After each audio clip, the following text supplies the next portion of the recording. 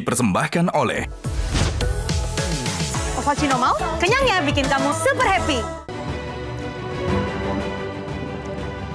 Selamat malam para pemirsa, ketemu lagi di Hot Room dengan saya Hotman Paris. Di awal tahun ini ada berita bagus kepada para laki-laki, khususnya para buaya darat atau buaya cinta. Karena secara tiba-tiba Gubernur DKI mengeluarkan peraturan gubernur yang semakin mempertegas bahwa ASN boleh poligami. Ada apa? Kenapa sangat mendesak sampai harus keluar peraturan gubernur? Apakah memang sudah begitu banyak ASN di ibu kota ini yang ingin punya istri 2 atau 3? Ada apa ini? Inilah Hot Room, polemik pergub aturan poligami ASN.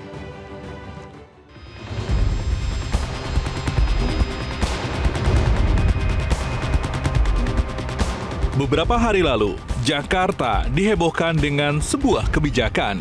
Peraturan Gubernur Jakarta Nomor 2 Tahun 2025 membolehkan aparatur sipil negara (ASN) di lingkungan Pemprov Jakarta untuk melakukan poligami atau beristri lebih dari satu. Peraturan Gubernur yang ditandatangani pada 6 Januari 2025 sontak menuai penolakan publik, mulai dari aktivis hak asasi manusia, politikus, dan lembaga yang memperhatikan kepentingan perempuan. Alasannya, kebijakan ASN berpoligami dinilai dapat mendiskriminasikan kaum perempuan karena kehadiran istri kedua dalam rumah tangga sangat berpotensi memicu terjadinya kekerasan dan ketidakadilan terhadap perempuan. Padahal, jika mengacu konsep pernikahan, menjaga kesetaraan antara laki-laki dan perempuan sangatlah penting agar tercipta harmonisasi dalam keluarga. Namun Pemprov Jakarta pun berdalih kehadiran Peraturan Gubernur Nomor 2 Tahun 2025 justru memang dibuat untuk melindungi keutuhan rumah tangga para ASN. Pasalnya, pada tahun 2024 lalu, Pemprov Jakarta mencatat setidaknya ada 116 laporan perceraian oleh ASN. Berangkat dari kasus inilah, Pemprov Jakarta sengaja memperketat proses poligami untuk ASN agar tidak mudah kawin cerai. Artinya, beristri lebih dari satu boleh, asalkan tidak dilakukan sembarangan. Harus mengikuti ketentuan hukum yang sudah diatur. Kini, pro kontra kebijakan ASN di Jakarta boleh berpoligami masih terus bergulir. Entah siapa benar atau salah, siapa yang untung atau rugi. Namun yang terpenting, jangan sampai kebijakan tersebut justru tidak didukung sepenuhnya oleh masyarakat. Karena faktanya, tidak semua perempuan di Indonesia rela untuk dipoligami.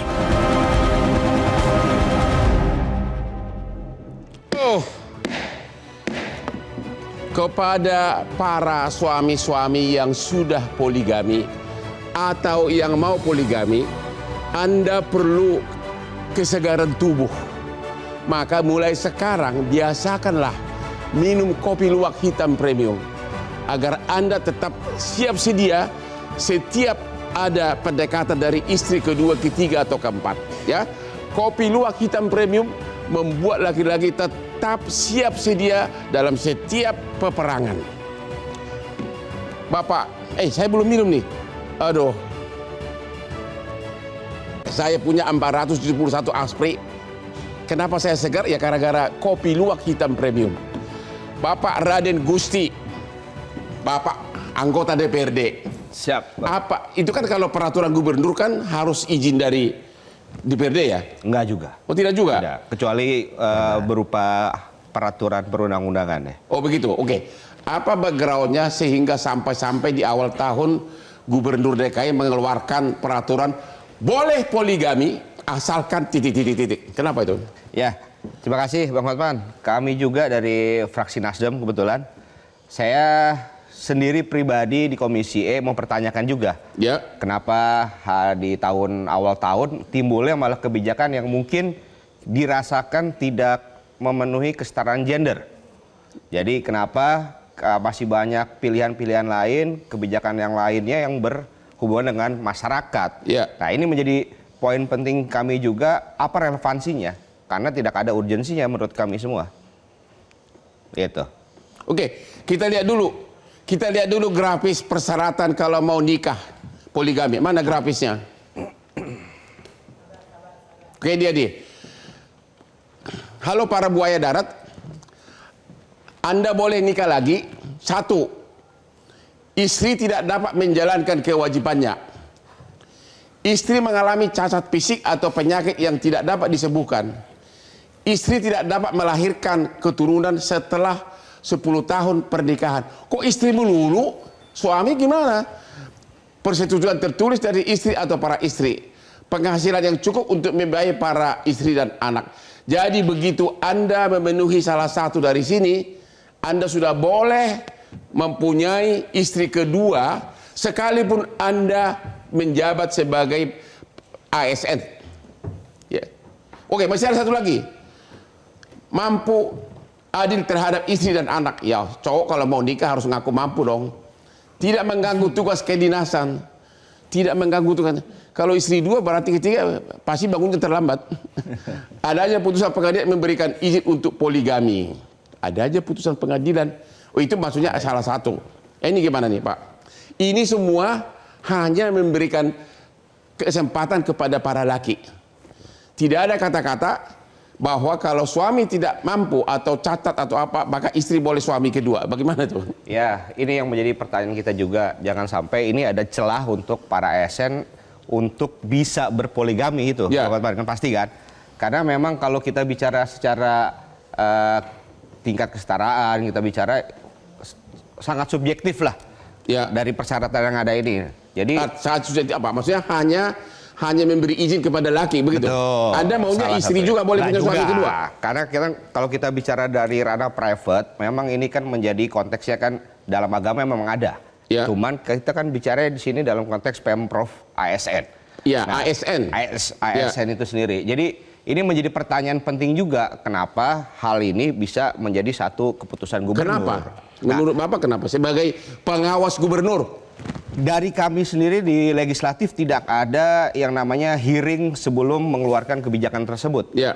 Nah, karena kan ini konteksnya adalah kebijakan PJ gubernur ya. Ya. Jadi memang ini keputusan yang dikeluarkan oleh eksekutif itu sendiri. Ya. Nah, kalau dari kami minta kita tidak dilibatkan mengenai data-data mungkin mengenai kasus perceraian, Ya. kasus KDRT yang ada di dalam Pemprov ASN itu sendiri gitu loh. Jadi artinya ini menjadi polemik juga. Kenapa sampai penting sekali untuk dikeluarkannya kebijakan ini? Nah, ini Apa benar bahwa di Pemprov DKI ada ratusan orang yang cerai atau poligami? Nah, data sampai per hari ini kami hanya mendengar saja, Ya. Bang Hotman. Katanya sekitar kurang lebih 100 lebih lah. Yang apa? Yang terlibat dalam perceraian maupun KDRT. Oke, hanya yang cerai. Kalau yang poligami ada berapa ratus? Sampai hari ini kita malah belum bisa dapat info detail mengenai data ini. Oke. Nah, jadi ini menjadi pertanyaan juga, kita tidak dilibatkan data apa yang menyebabkan kebijakan ini keluar. Karena ini kan termasuk Menurut turunan. analisa Bapak data apa? Kenapa tiba-tiba gubernur, lu boleh nikah lo, boleh poligami. Betul. Kenapa tuh? Nah, ini menjadi catatan juga karena menurutnya ada kurang lebih 100 lebih yang terlibat dalam proses KDRT. 116. 116 kurang Ya, lebih. itu yang cerai Ini ya? menjadi dasar PJ Gubernur mengeluarkan keputusan ini demi melindungi keluarga ASN itu sendiri. Bagaimana dengan ini kan kawin hukum negara kan? Kalau kawin siri termasuk nggak di sini? Enggak. Jadi? Emang yang memang berkaitan dengan hukum. Gitu. Jadi kita sesama buaya darat. Menurut Bapak agar terhindar dari peraturan ini lebih bagus kawin siri. Jangan. Ya, jadi kalau kita memang bicaranya harus. Kalau memang harus. Kalau memang harus tidak. Kita tidak nggak ada menyarankan untuk kawin siri, Bang. Tidak boleh itu kan. Ya maksud saya untuk menghindari, kan ini kan perlu izin atasan. Betul. Ya, daripada repot-repot kawin siri aja bagaimana? Jangan. Itu kita tidak mensetujui juga adanya hal Karena tersebut. Anda belum jatuh cinta, belum menemukan seseorang. Ya Ibu Andi, gimana? Tanggapan Ibu terhadap peraturan gubernur ini? Memang yang pertama menarik ya untuk bisa mengetahui kenapa buru-buru sekali di awal tahun harus keluar peraturan ini. Tapi sebetulnya di saat yang bersamaan, pengaturan tentang perkawinan lebih dari satu itu ada di Undang-Undang Perkawinan. Dan juga ada PP 83, PP 10 tahun 83 yang sudah diperbaiki dengan atau diperbaharui dengan juga PP nomor 45 tahun 90 yang sebetulnya juga mengatur bahwa boleh kawin lagi itu, boleh. Bahkan ada putusan Mahkamah Konstitusi tahun 2007 yang bilang boleh kawin lagi kalau sesuai dengan hukum. Dan aturan tadi yang disebutkan alasan-alasan tadi itu tidak bersifat alternatif, tapi bersifat kumulatif. Artinya, iya, penetapan izin istri, penetapan pengadilan, mampu berlaku adil, kesanggupan itu semua bersifat kumulatif. Yang alternatif syarat alasan. Oke. Nah, syarat alasan ini yang diskriminatif. Kalau ditanya, istri tidak sanggup melakukan kewajiban, siapa yang mendefinisikan kewajiban istri? Di masyarakat yang patriarkis, maka kewajiban istri jadi lebih panjang lagi. Ada masyarakat yang bilang istri itu harus nyedokin, masukin ke piring suaminya. Sehingga kalau suaminya nggak dikasih kopi pagi hari, apakah sama dengan istri tidak menjalankan kewajiban? Atau dikritik sangat ketika tidak punya keturunan. Bang Hotman juga tadi bilang kok emang yakin istrinya yang nggak bisa punya keturunan, bukan suaminya yang punya masalah. Nah sekarang juga ada persoalan tentang kalau dia cacat. Kita sudah punya undang-undang penyandang disabilitas. Apakah cacat berhak menjadi sebuah alasan yang legitimate untuk kemudian melakukan poligami? Jadi diskusi saat ini adalah sebetulnya bukan boleh tidak. Karena dari dulu ya boleh-boleh aja. Dari dulu sudah boleh. Iya. Dan kenapa tiba-tiba dipertegas? Nah ini yang menjadi pertanyaan. Sama-sama kita tidak tahu. Tapi kalau kita lihat dari angka yang ada, kalau kita menggunakan data Badilak misalnya, tahun 2023 saja ya, itu ada lebih 700 perkawinan yang bercerai akibat poligami. Ada itu di seluruh Indonesia? Seluruh Indonesia. Ada 33.000 hampir ya yang bercerai itu karena ditelantarkan. Artinya ditinggal gitu aja. Ada juga lebih 200-an ribu yang dia perselisihan terus-menerus. Bang, 5 tahun terakhir ini kalau kami jalan, apa alasan yang paling tinggi untuk berselisih? Perselingkuhan. Perselingkuhan mau terakreditasi, tidak terakreditasi, lewat kawin siri atau tidak kawin siri gitu ya. Tapi dia menimbulkan ketegangan yang luar biasa di dalam keluarga itu. Nah, jika dia tidak diatur juga masalah, tapi pengaturan seperti apa yang sebaiknya? Putusan Mahkamah Konstitusi menyatakan kita lanjut boleh, nanti Pak. Gitu, pengaturan seperti apa agar Hotman Paris bisa nikah lagi? Temu lagi sesudah yang berikut ini.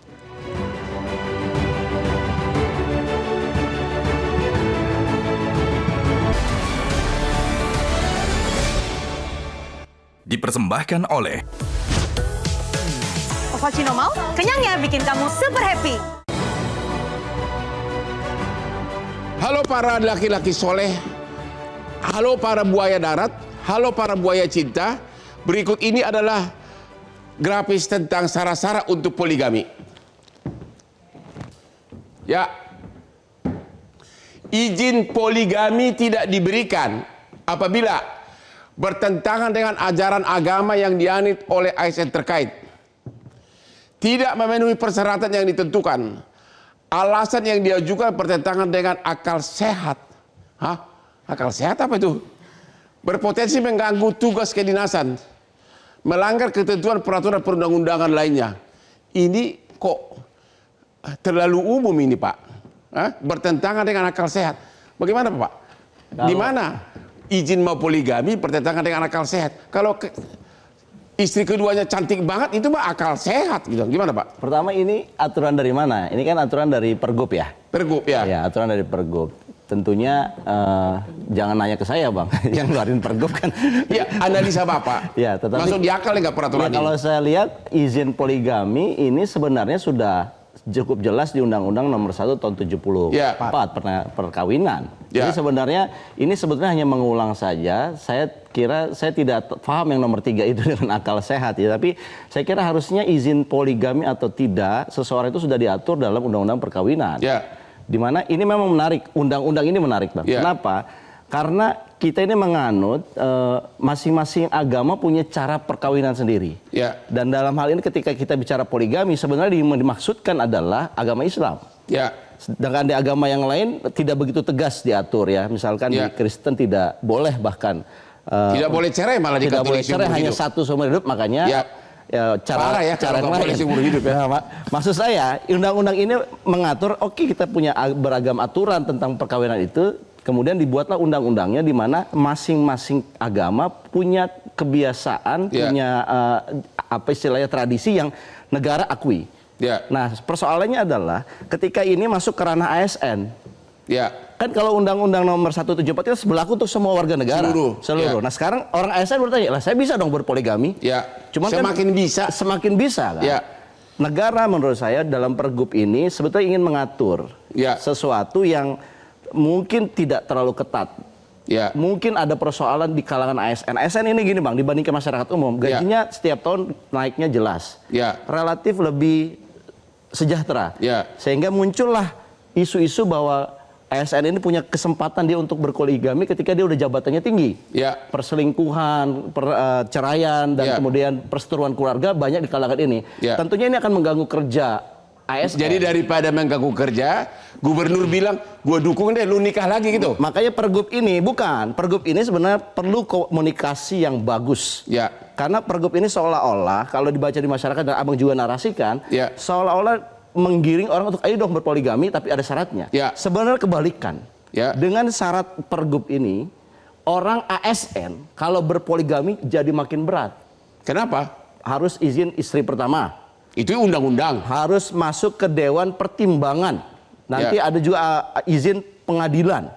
Sekarang kalau misalkan dia harus disidang di Dewan Pertimbangan poligami atau tidak, lelaki mana yang mau disidang atas keputusan pribadinya? Artinya dia bilang kalau dia ASN DKI dengan aturan begini, udah capek kita berpoligami dengan aturannya, mendingan tidak. Kawin siri aja. Kalau kawin siri atau tidak kan nggak boleh ASN kawin siri. Dalam arti kebirokrasian. Kan mereka nggak boleh kawin siri. Kalau boleh ketahuan. Iya, kalau ketahuan kan ada hukuman.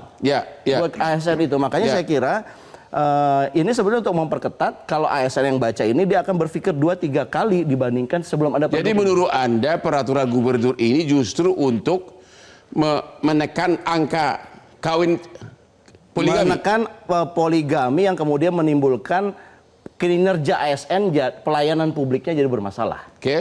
Bukannya lebih lancar kalau kita punya istri muda? Ya, tergantung orang ya.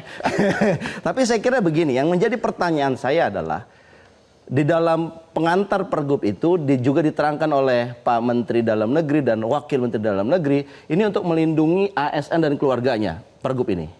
Kenapa dilindungi? Bukan, persoalan saya begini, kenapa yang hanya dilindungi DKI saja? Ini kan aturan gubernur DKI. Kenapa nggak diangkat jadi peraturan Menteri Dalam Negeri misalkan? Seluruh Indonesia. Jadi ada satu historical yang agak aneh sebetulnya, kenapa kok tiba-tiba tadi Pak Dewan DPRD mengatakan tidak ada konsultasi. Muncul tiba-tiba di bulan pekan kemarin, Januari. Tidak ada diskusi masyarakat juga. Dan kalau kita ingin bicara public policy-nya, seluruh Indonesia melindungi ASN, kan seharusnya seluruh ASN. Benar. Berapa persen ASN di DKI dibandingkan seluruh Indonesia? Kan kecil. Loh, kenapa yang dilindungi mereka yang lain tidak? Nah, itu jadi pertanyaan publiknya. Anda setuju nggak bahwa ASN itu terang-terangan diizinkan boleh poligami? Bukan setuju atau tidak, Bang. Ini undang-undangnya sudah 40 tahun yang lalu. Boleh.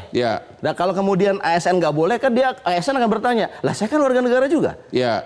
Tidak adil kan? Jadi tetapi ada persoalan, dia punya tugas kenegaraan, tugas pelayanan publik, makanya diatur. Saya kira pengaturan itu sih sah-sah saja.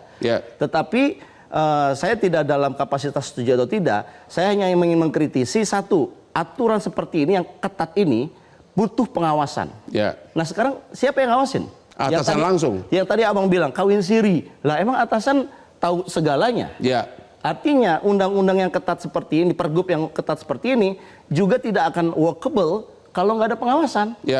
Artinya nanti yang dikhawatirkan ASN tidak punya istri dua, dia punya istri dua dengan cara yang lain. Akhirnya mengganggu juga ASN-nya. Makanya ini harus dibuat diskusi publik supaya mengatur, kita ini pengen punya ASN kayak gimana sih standarnya. Kan ASN harus jadi teladan dong di masyarakat. Pertanyaannya, Anda kan ahli kebijakan publik. Kenapa hanya suami yang boleh punya istri lebih dari satu? Sebaliknya kenapa suami yang punya suami lebih dari satu, istri punya lebih dari satu? Ya, itu Anda setuju nggak? Itu kan kembali lagi kepada undang-undang pernikahan di mana perlu nggak dibikin undang-undang? Di mana di dalam tradisi kita agama yang ada di Indonesia ini perempuan tidak bisa poliandri. Tetapi laki-laki bisa poligami. Nah, kalau misalkan mau dirubah itu tradisinya harus dirubah. Gimana Ibu Andi? Ya, apakah itu diskriminasi? Kami cowok-cowok ini boleh punya bini banyak, sementara cewek nggak boleh. Walaupun cowoknya sudah malfunction, sudah nggak berfungsi organ tubuhnya gitu loh. Gimana, Pak? Ketika cinta pudar ya, tidak ada sebetulnya daya dari pihak lain kecuali pihak-pihak yang memiliki relasi itu. Ya. Jadi diskusi hari ini sebetulnya menurut saya lebih baik tidak tentang kalau begitu berarti perempuan yang menolak ini pengen poliandri, bukan itu persoalannya. Ya. Dan juga bukan boleh tidak, karena diskusi itu kemudian dia menjadi kontraproduktif. Kita semua ingin keluarga di Indonesia itu utuh. Kita ingin orang masuk ke dalam pernikahan dengan itikat yang baik membangun keluarganya. Dan karena itu kita semua perlu memastikan bahwa ada upaya untuk menyelenggarakan pernikahan yang baik. Nah, tapi kalau kami melihat dari data di Komnas Perempuan, 3.000-an kasus yang dilaporkan Komnas Perempuan, setengah lebih itu adalah kekerasan yang diakibatkan oleh kekerasan psikis yang sebagian besarnya adalah urusan tentang kawin-mawin ini. Yang istrinya tercatat, yang tidak tercatat, yang istri pertamanya mengadu, istri kedua, ketiga mengadu, semuanya terjadi. Atau juga lebih 16%-nya itu adalah kasus-kasus di mana ditelantarkan. Sebagiannya juga karena memiliki keluarga yang lain. Karena itu sangat penting untuk membahas tentang boleh tidak memiliki istri lebih dari satu bersamaan dengan KUHP tentang pasal kejahatan terhadap perkawinan. Ketika orang dengan sengaja menyembunyikan alasan yang sah untuk melakukan perkawinan karena perkawinan sah sebelumnya. Termasuk atas adanya atau tidak izin dari istri atau istri-istri dan penetapan pengadilan. Karena itulah kami sebetulnya mendorong setelah putusan Mahkamah Konstitusi tahun 2007 itu, betul undang-undang perkawinan sudah 40 tahun. Mari kita review sama-sama. Jangan-jangan celah yang diberikan untuk melakukan istri lebih dari satu ini sudah terlalu longgar. Karena itu bagaimana kita memperketatnya. Tujuannya semata-mata adalah untuk melindungi orang-orang yang paling rentan dari situ. Yaitu siapa? Yaitu perempuan dan anak. Karena itu di dalam PP, baik PP 10 tahun 83, PP 45 tahun 90 yang diterjemahkan di dalam Pergub ini juga mengatur soal perceraian. Di mana dinyatakan nafkah terhadap istri akibat suami beristri lebih dari satu perceraiannya, itu termasuk yang diatur dia boleh dapat setengah atau dia boleh dapat sepertiga. Itu bukan norma baru, itu norma yang ada di dalam peraturan yang lebih tinggi dibandingkan Pergub. Oke, kita istirahat dulu, kita akan membahas lagi apa sebaiknya harus dilakukan untuk merubah undang-undang perkawinan yang sudah 40 tahun berlaku. Hot Room.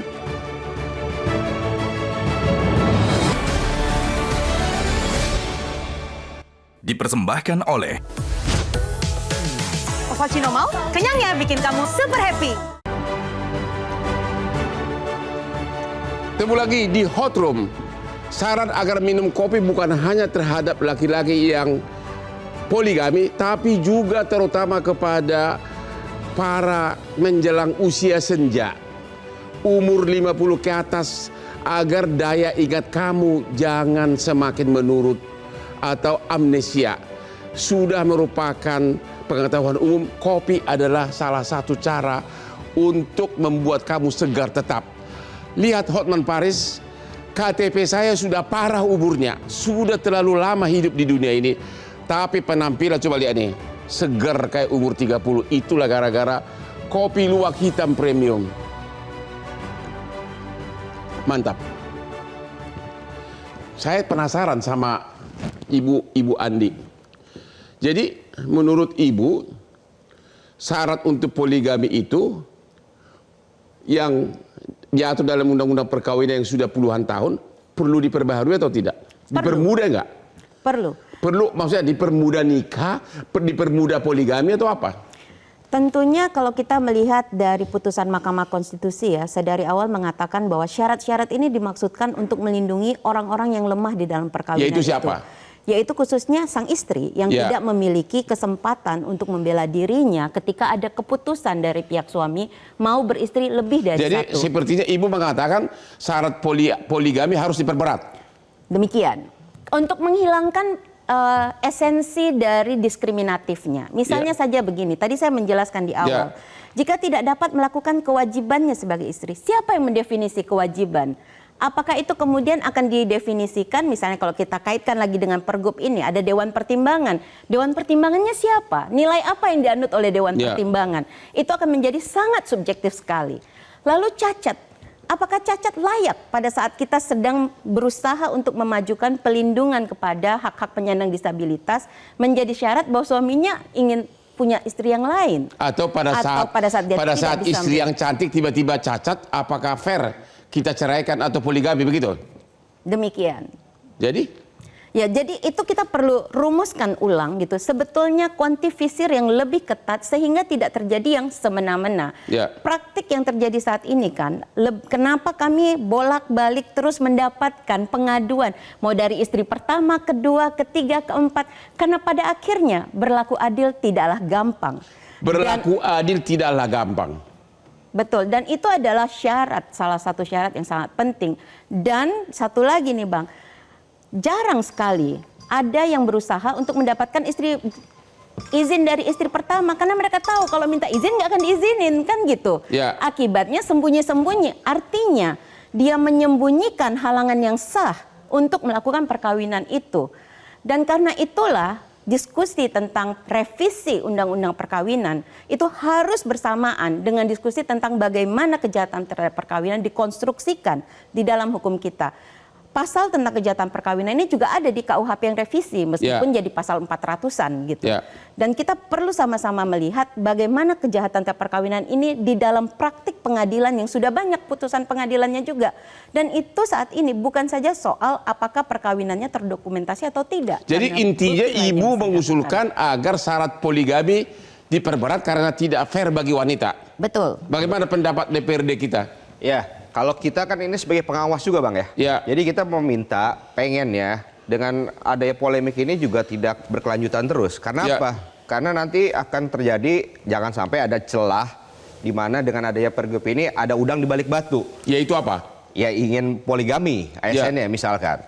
Nah, yang kita pengen pertanyakan juga apakah ini kalau kita bicara bersikap adil terhadap satu atau yang kedua, ini kan akan menjadi berbicara ekonomi. Nah, apakah ini nanti ke depannya nggak akan ada timbulnya korupsi misalkan dengan adanya APBD yang ada yang DKI ini gede nih Bang. Jadi dengan ada 1-2 ini bersikap adilnya seperti apa? Kan seperti itu. Nah, ini menjadi pengawasan yang penting juga di kami untuk mengenai ASN ini bagaimana ke depan bisa berfungsi sebagai teladan. Aku penasaran. Kalau ini kan kita hanya membahas di kantor Pemprov DKI. Pemprov DKI. Kalau di DPR gimana sama DPRD? Coba, karena aku paling teman-teman saya, aspirasi saya banyak yang dekat sama DPRD. Gimana tuh? Banyak nggak DPRD sama DPR yang memang poligami? Ya, kalau itu ranahnya udah lebih ke private ya Bang ya. Tapi kalau dari saya pribadi saya tidak berpoligami pasti. Karena masih cinta sama istrinya, masih cantik istrinya. Kan? Tapi kan memang kalau kita bicara terkait peraturan ini kan memang lebih difungsikan untuk kepada ASN. Jadi menurut Anda peraturan gubernur ini justru semakin mendukung para laki untuk nikah lagi? Kalau menurut PJ tidak seperti itu. Menurut PJ? Untuk melindungi keluarga dan ASN.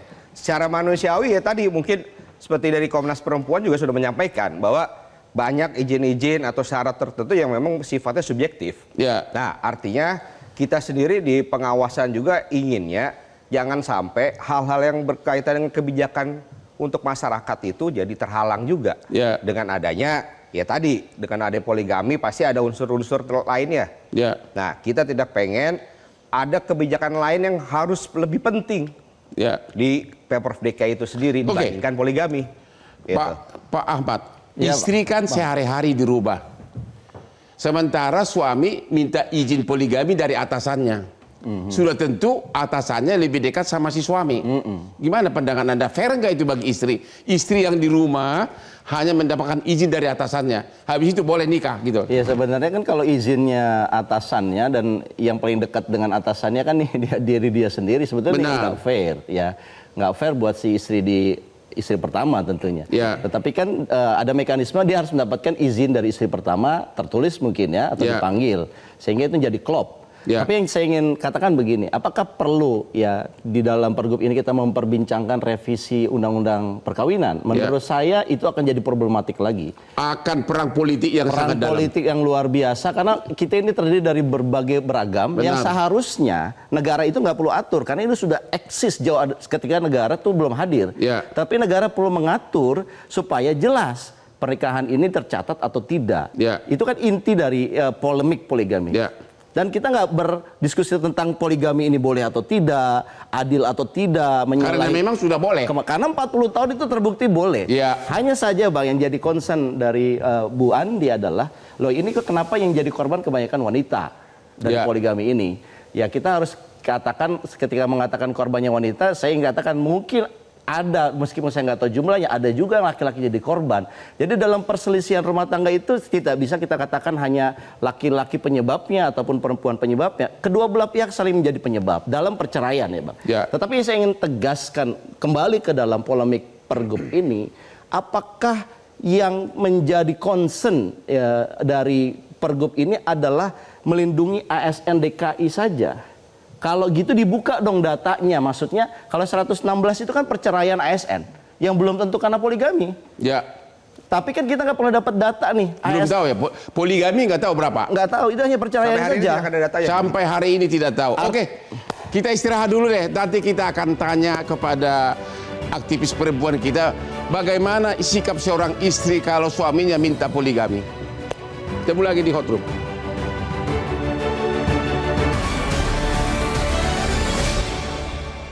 Dipersembahkan oleh Ovaltino mau? Kenyangnya bikin kamu super happy. Ketemu lagi di Hot Room.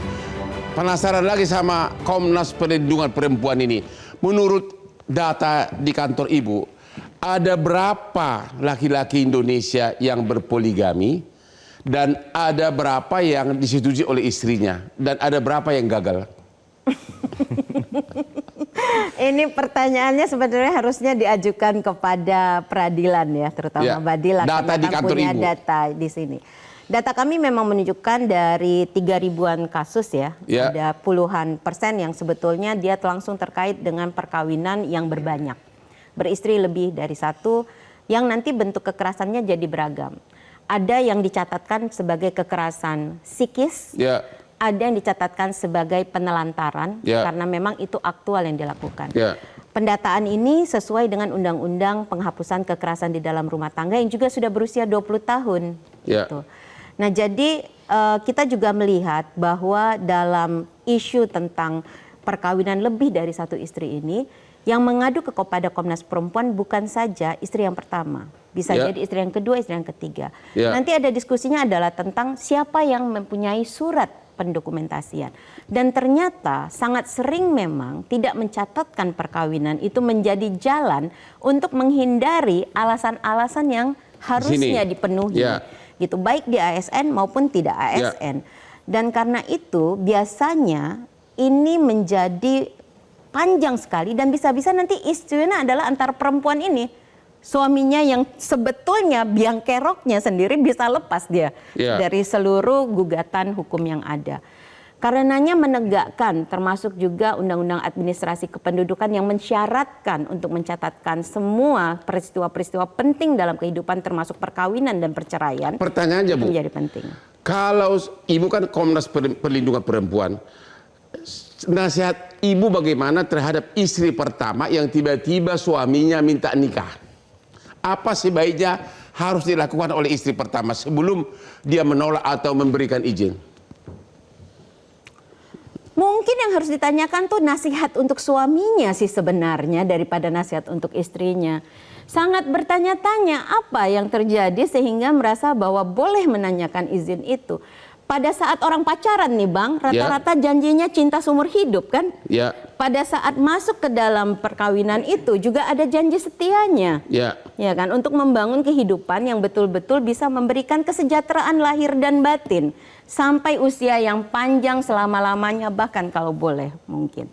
Sehingga kalau ada peristiwa itu, maka menurut saya Bang Hotman langsung kasih nasihat ke suaminya. Jangan cari istrinya untuk dinasehati. Nggak, pertanyaan, ibu kan perlindungan perempuan.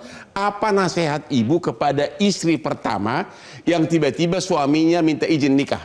Bang, yang lapor ke kami itu sudah terjadi peristiwanya, pasti ada bentuk kekerasannya terjadi di situ. Artinya jadi pasti sudah keburu dikasih izin nikah gitu? Ya, gitu jadinya. Ataupun sudah pasti ada pertikaian yang begitu luar biasanya, di mana isu tentang suaminya ingin menikah, itu sudah hampir satu step lagi terjadinya, kalau bukan sudah sebetulnya perkawinan yang tidak dicatatkan. Karena itulah tadi saya bolak-balik menyatakan bahwa pertama, isu normatif di Pergub ini sesungguhnya berakar dari Undang-Undang Perkawinan. Karena itu jika kita sama-sama bersepakat yang diskriminatif adalah syaratnya, maka dia tidak bisa soal mencabut Pergubnya, tapi bagaimana merevisi Undang-Undang Perkawinannya. Revisi Undang-Undang Perkawinan ini harus dengan sebuah semesta menempatkan dia juga secara sinergi dengan Undang-Undang KUHP dan juga Undang-Undang Penghapusan Kekerasan di dalam Rumah Tangga serta Undang-Undang Administrasi Kependudukan agar dia bisa memberikan perlindungan yang Terima kasih Bu Andi. Sekarang Pak Raden Gusti. Bapak kan masih muda sebagai laki-laki. Daripada pusing-pusing, apa nasihat Anda kepada para suami? Daripada lu pusing-pusing minta izin istri, ya udah kawin siri aja atau pacaran aja. Bagaimana Anda? Nasihat Anda gimana? Ini nasihat pribadi jadi Bang ya? Ya nggak apa-apa. Ya gimana? Ya kalau saya pribadi sependapat lah dengan Bu Andi juga. Artinya kita dalam melangkah untuk menuju perkawinan pasti ada satu ya perjanjian lah mungkin Bang ya. Ada kesepakatan di antara keduanya. Ya kalau dari saya pribadi ya saya tidak menyarankan untuk poligami ini. Tapi di sini satu sisi adalah ya semua itu bisa diatur dalam agama juga. Karena ini ranahnya udah ranah private. Nah, yang kami inginkan di DPRD ini juga sebetulnya kami di fraksi Nasdem mempertanyakan relevansinya ini sendiri sih, Bang. Bagaimana polemik yang ada ini pemerintah provinsi bisa secara komprehensif menjelaskan. Kenapa? Karena PJ Gubernur hari ini nggak lama sebetulnya, Bang. Harusnya ada kebijakan yang bertumpu kepada masyarakat. Banyak kebijakan kayak P3K misalkan, Bang. Nah, ini penting. Kenapa polemik yang ada hari ini adalah yang keluar adalah masalah artinya poligami. Pada saat sudah mau berakhir jabatan kok tiba-tiba semakin memperkuat, hey ASN boleh nikah, boleh poligami asalkan begini-begini. Mungkin. Kan seperti itu. Pak Ahmad Nur, lagi-lagi saya tanya sebagai laki-laki, Anda sebagai pengamat kebijakan publik termasuk juga laki-laki, daripada ribut-ribut, laki-laki mendingan poligami, pacaran atau kawin siri? Saya ingin mengatakan balik dulu kepada hukum dasar poligami. Hukum dasar poligami ini kan diatur dalam Islam adalah coba dipercepat. Boleh, tetapi dengan syarat adil. Hukum dasarnya itu. Jadi jangan ada kesan kemudian seperti negara atau kita menghalang-halangi orang untuk berpoligami. Dasarnya boleh itu berlaku adil. Nah, yang jadi persoalan adalah kenapa kemudian banyak keluhan? Karena banyak laki-laki ini yang tidak adil kepada perempuan dan anaknya. Sehingga mengadu kepada Bu Andi. Persoalannya adalah kalau seandainya laki-laki yang adil ini betul-betul banyak, cuma mereka tidak terekspos. Menurut saya yang perlu dilakukan adalah balik lagi, ini mengganggu nggak orang berpoligami terutama terhadap ASN. ASN sebetulnya sudah dibuat ketat, Bang, bahwa Anda tidak boleh berpoligami kalau Anda mata keranjang atau budaya darat. Tetapi Anda boleh berpoligami kalau 3 syarat itu, istri dan sebagainya tadi. Oleh karena ini menurut saya ini sudah bagus diatur, hanya saja cangkupannya tidak terlalu luas, hanya terbatas pada DKI Jakarta. Terima kasih, terima kasih. Kita harus akhiri diskusi kita malam ini.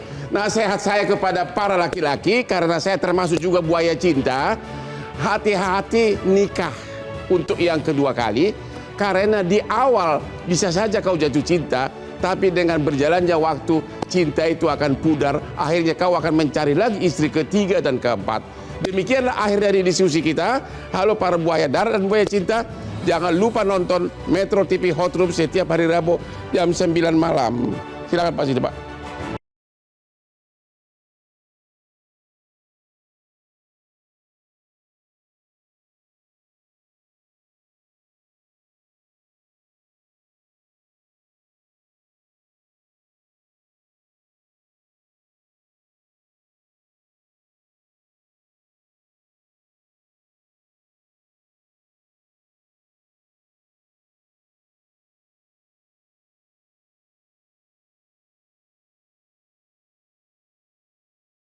Jelajahi cara baru mendapatkan informasi. Download Metro TV Extend sekarang.